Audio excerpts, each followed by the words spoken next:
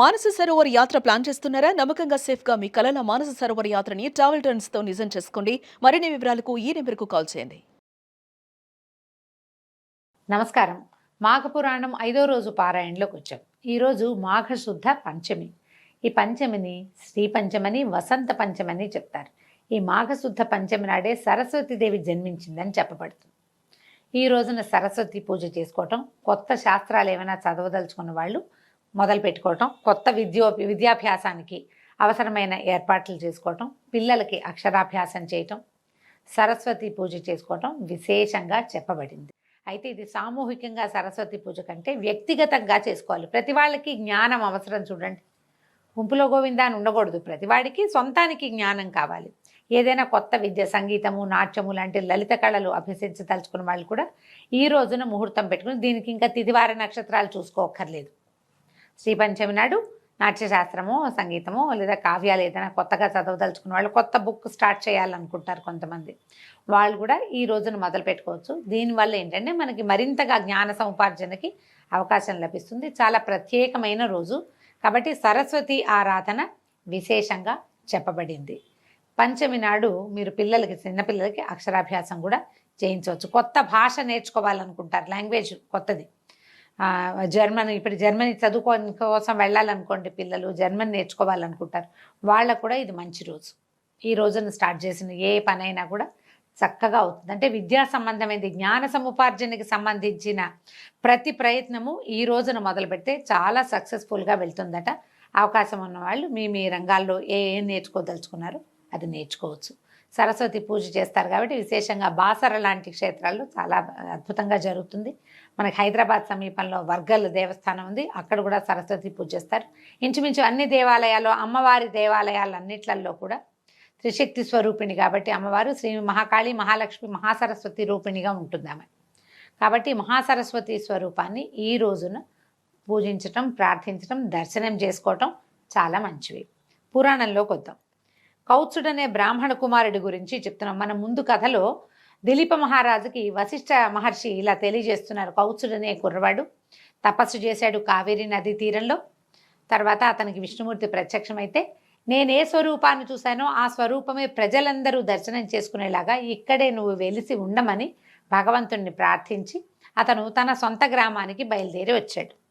అయితే ఇతన్ని మృగశృంగుడు అని కూడా పిలిచేవాళ్ళట. ఇతను కావేరీ నదీ తీరంలో ఘోరమైన తపస్సు చేశాడు చాలా రోజులని చెప్పాం కదా. ఇతను తపస్సు చేసుకునేటప్పుడు ఈ అడవిలో ఉన్నటువంటి మృగాలు కొమ్ములు దురదొస్తాయండి వాటికి. అవి ఏదైనా చెట్టు కొమ్మకేసి రుద్దుకుంటాయి. ఈ నిశ్చలంగా కూర్చుని తపస్సు చేసుకుంటున్న ఇతను ఏదో ఒక శిలాస్వరూపంగా భావించి మృగాలు ఈ లేళ్ళు అవన్నీ తమ కొమ్ముల్ని అతనికేసి రుద్దేవిట, ఆ దురద తీర్చుకోవడం కోసం. అందుకని ఈయన మృగాలు తమ శృంగములతోటి అతన్ని రాపాడించినాయి కాబట్టి మృగశృంగుడు అని కూడా పిలిచేవాళ్ళు. శృంగం అంటే కొమ్ము అనమాట. అయితే ఏమైంది, ఈ బ్రాహ్మణ బాలుడైనటువంటి కౌత్సుడు అనేటువంటి మృగశృంగుడికి యుక్త వయసు వచ్చింది. అప్పటికే అతను పెద్దవాడయ్యాడు, 30 సంవత్సరాలు దగ్గర వచ్చేసినాయి. 30 ఏవేమోలేండి, 15 ఏళ్లకో వెళ్ళుంటాడు, 25 ఏళ్లకు తిరిగి వచ్చాడు. తల్లిదండ్రులు కుమారుడికి వివాహం చేయడానికి నిశ్చయించి తగిన వధువు కోసం అన్వేషించడం మొదలుపెట్టారు. వాళ్ళు అమ్మా నాన్న సంబంధాలు వెతుకుతారు. ఇప్పుడు కూడా మనం అమ్మాయి ఎలాంటి అమ్మాయి కావాలో పిల్లల్ని అడుగుతాం. ఏమిటి, జాబ్ చేసే అమ్మాయి కావాలా, ఇంట్లో ఉండే అమ్మాయి కావాలా, ఏవో కొన్ని 3 ప్రశ్నలు ఉంటాయి కదా, దాని గురించి చెప్తున్నారనమాట. విషయం తెలుసుకున్నటువంటి కౌత్సుడు తన తల్లిదండ్రులను ఉద్దేశించి ఇట్లా అన్నాడు. తల్లిదండ్రులారా, నాకు వివాహం చేయాలనే మీ తపన నన్ను ఎంతో ముగ్ధుని చేసింది.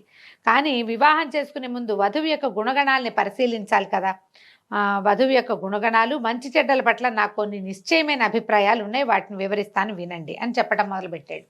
ఇప్పుడు మనం మాఘమాసం మహాత్మ్యం కదా తెలుసుకుంటున్నాము. మధ్యలో ఈ రామాయణంలో పిడకల వేట ఎందుకండి అంటే, పురాణాలు అందుకే వినాలి మనం.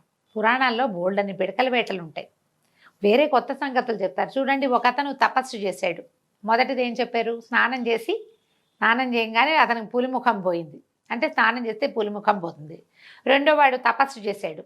ఈ తపస్సు చేసినప్పుడు అతను మాఘస్నానం చేయటం వల్ల తక్కువ సమయంలోనే అతని తపస్సు సిద్ధించింది. ఏం చెప్తున్నారు, స్నానం చేయి మంచి జరుగుతుంది అని కాకుండా ఎలాంటి మంచులు జరిగేందుకు అవకాశం ఉందో కూడా చెప్తున్నారు. ఇతను జ్ఞానవంతుడయ్యాడు. ఎలాంటి కన్యని వివాహం చేసుకోవాలో ప్రజలకి మనకి తెలియజేస్తున్నాడు అనమాట. వధువు గుణవతి, శీలవతి అయి ఉండాలి, పెద్దలని గౌరవించాలి, ఆరోగ్య సూత్రాలని పాటించాలి. అంటే పొద్దున్నే లేవాలి, రాత్రి పెందరాళే పడుకోవాలి, కాల భోజనము, కాల నిద్ర చేయాలి. ఆరోగ్య సూత్రం పాటించడం అంటే ఇంకా అదే ఆరోగ్య సూత్రం. అసూయాద్వేషాలు ఉండరాదు. మర్యాద మన్ననలతోటి మెలగాలి. అందరినీ సమభావంతో చూడాలి. పక్షపాతం పనికిరాదు. అత్తమామల్ని ఆదరించాలి. వినయ విధేయతలతోటి మెలగాలి. భర్తను తూలనాడరాదు. భర్తకు అనుకూలంగా మెలగాలి. మంచితనము నెమ్మదితనంతో ఉండాలి. ఇవన్నీ ఇప్పుడు కూడా కావాలండి మనకి. అమ్మాయిలు ఏమంటారు, నాకే కావాలా, నేనే ఉండాలా, ఇలాగా నువ్వు ఉండవా అంటారు. అబ్బాయిలు కూడా దీనికి తగినట్టు ఉండాలి. ఇప్పుడు ఆయన చాలా బుద్ధిమంతుడని చెప్పుకున్నాను చూడండి. ముందు పురాణంలో చెప్పా, ముందు రోజు పారాయణలో. చాలా బుద్ధిమంతుడైన వాడు, చాలా బుద్ధిమంతులైన వాళ్ళని కోరుకోవచ్చు, సహజమే. మరి ఇంకా ఏం చెప్తున్నాడు, కార్యేషు దాసి కరణేషు మంత్రి భోజేషు మాత సేనేషు రంభ క్షమయాధరిత్రి, ఇంకో పదం కూడా ఉందండి. ఇప్పుడు కూడా ఈ పదాలు వింటుంటాం. అలా నేనే ఎందుకు ఉండాలి, వాళ్ళు ఎందుకు ఉండకూడదు లాంటి రెటమతం కాకుండా అసలు వాళ్ళు ఏం చెప్తున్నారో వింటే మనకు తెలుస్తుందన్నమాట. ఇవన్నీ పెద్దల నుంచి నేను విన్నట్టుగా ఇంటి పనులలో దాసివలెను, భర్తకు సలహాలు ఇవ్వడంలో మంత్రిగాను, భర్తను సుఖింపజేయటంలో శృంగార దేవతగాను, భూదేవి అంతటి ఓర్పుతో ఉండవలెను. కోరుకుంటున్నాడు పాపం. ధర్మార్థ కామ మోక్షములనడి చతుర్విధ పురుషార్థాలను తెలుసుకుని వాటికి అనుగుణంగా మెలుగుతూ మోక్షాన్ని పొందు మార్గాన్ని అన్వేషించున్నదిగా ఉండవలెను. మోక్షాన్ని ప్రతి వాళ్ళకి, మనిషే పుట్టిన వాడికి మోక్షమే కావాలి. ఇప్పుడు భర్తలు మోక్షార్థులుగా ఉన్నారనుకోండి, వాళ్ళని సేవించడమే భార్య యొక్క మోక్షార్థ గమనం అన్నమాట. నిత్యము ధర్మబుద్ధిని కలిగి ఉండాలి. దైవభక్తి పరురాలై ఉండవలను. ముఖ్యంగా వధువు పుట్టినింటికి మెట్టినింటికి పేరు తెచ్చేదిగా ఉండాలి. ఈ పై లక్షణాలు కలిగిన స్త్రీని వివాహం ఆడడం వల్ల ఆ దంపతుల సంసార జీవితం 3 పువ్వులు 6 కాయలుగా వర్తిల్లుతుంది. పెద్దల మాటను కానీ భర్త మాటను కానీ జవదాటక వారికి అనుగుణంగా నడుచుకునే స్త్రీ పరమ పవిత్రురాలై దైవ సన్నిధికి చేరగలదు. కావున అట్టి సద్గుణ సంపన్న అయిన స్త్రీని వివాహం ఆడవలెను. ఇవన్నీ మంచి మాటలేనండి. ఇందులో ఆడవాళ్ళని తక్కువ చేసేదో, మగవాళ్ళని పురుషాధిక్యత పెంచేదో ఏమీ లేదు. పురాణం సాఫ్ట్గా, మృదువుగా, చక్కగా చెప్తుంది. దీంట్లో ఏంటంటే మనం ఇన్ని గుణాలు కోరుకునేవాడికి అందులో కొన్నైనా ఉండాలి. ఇప్పుడు మనం కూడా, మనకి వాంటింగ్స్ బోల్డ్ అని ఉంటాయి కదా, దానికోసం ప్రయత్నం చేయాలిగా ఎంతో కొంత. మనం కూడా కొన్ని పద్ధతులు మార్చుకుని కొన్ని దానికి అనుగుణంగా ఉంటే, ఇప్పుడు మన మోక్ష సాధన అవి ఈ కాలపు ప్రక్రియలు కావు. అలా ఆలోచించాం మనం. ఏదో కొంచెం భక్తిగా ఉండాలి, ఏదో కాస్త పద్ధతిగా ఉండాలి అనుకుంటాము. ఆ కాస్త పద్ధతి, ఆ కాస్త భక్తి అయినా స్త్రీలకు ఉండాలంటే పురుషులకు కూడా ఉండి తీరాలి ఖచ్చితంగా. వీళ్ళకి లేకుండా వాళ్ళకి కావాలని కోరుకోకూడదు. ఈయనకు అవన్నీ ఉన్నాయి కాబట్టి కోరుకుంటున్నాడు అనమాట. అందరినీ ప్రేమాల రాగాలతోటి సమభావంతో చూడాలి. అట్టి స్త్రీ ప్రజలందరి చేత ప్రశంసలు పొందగలదు. కీర్తి ప్రతిష్టలను ఆర్జించగలదు. చల్లని తల్లి అని 10 చేత మెప్పు పొందగలదు. సద్గుణములు కలిగిన భార్యని పొందిన వాడికి అంతకంటే వేరే స్వర్గం ఉండదు. మంచి గుణాలు ఉన్న పిల్లగా అమ్మాయి కనుక దొరికితే వాడికి ఇల్లే స్వర్గం కదా. పురుషుడికి పూర్వజన్మ సుకృతం బాగా లేకపోతే పరమ గయ్యాళి అయిన భార్య దొరుకుతుంది. ఇంకా వారి సంసారం అంతా నరకకూపంగానే ఉంటుంది.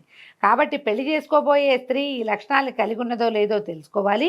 అటుపిమ్మటే ఆ స్త్రీని వివాహం ఆడుట శ్రేయస్కరము. ఇప్పుడు ఈ కథాకాలం నాటికి బాల్య వివాహాలే ఉండేవి. అమ్మాయిల్ని చిన్న చిన్న పిల్లల్నే పెళ్లి చేసేవాళ్ళు. 7-8 ఏళ్ల పిల్ల, 8 ఏళ్ల లోపల పిల్లకు ఇవన్నీ ఉన్నాయో లేదో ఎట్లా తెలుస్తుంది? కొన్ని తెలుస్తాయి. పిల్లలు గద్దరిగా ఉన్నారా లేదా, అది పుణ్యవతి శీలవతి అవన్నీ వయసు వస్తే కానీ తెలియవు కదా, కొంచెం సమయం పడుతుంది. కానీ ఇతను ఈ లక్షణాలు మనకి, ఇది ఎందుకు చెప్తున్నారు మహర్షి? ఈ కాలం మనకి అర్థం కావడం కోసం, మనకి తెలియటం కోసం అయి ఉండొచ్చు. తర్వాత తల్లిదండ్రులారా, నేను నా అభిప్రాయం చెప్పాను, ఇక మీ ఇష్టము. పెద్దల మాటలను, జన్మనిచ్చిన తల్లిదండ్రుల మాటలను జవదాటేవాడిని కాను అని విప్రబాలుడు తన అభిప్రాయాన్ని వెలిబుచ్చాడు. పుత్రుని మనోగతాన్ని గ్రహించిన తల్లిదండ్రులు ఎంతగానో సంతోషించారు. కౌత్సుడు వివాహానికి సన్నద్ధంగా ఉన్నాడు అని ఇప్పుడు ఒక పెళ్లి గురించి మాట్లాడంగానే అబ్బాయి ఇలా మాట్లాడాడు అనుకోండి, జాబ్ చేసే అమ్మాయి కావాలంటే పెళ్లికి రెడీగా ఉన్నట్టు.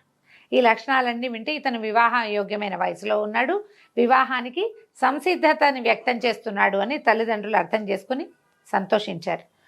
కాబట్టి ఏం చెప్తున్నారు? వధువు మంచి కుటుంబానికి చెందిందై ఉండాలి, మంచి మర్యాదలు తెలిసిన విద్యావంతురాలై ఉండాలి, దేవబ్రాహ్మణులను పూజించున్నదిగాను దైవభక్తి తత్పరత కలిగి ఉండాలి. ఇవన్నీ విన్నాక వాళ్ళు చాలా సంతోషించి, నాయన నీ అభీష్టం నెరవేర్చుకోవడానికి ఆ భగవంతుని కూడా వేడుకుందాము, నువ్వు కూడా దైవ ప్రార్థన చేసుకో, మంచి భార్య రావాలని. మంచి భార్య వస్తే సంసారం, గృహస్థ జీవితం ఆనందంగా ఉంటుంది.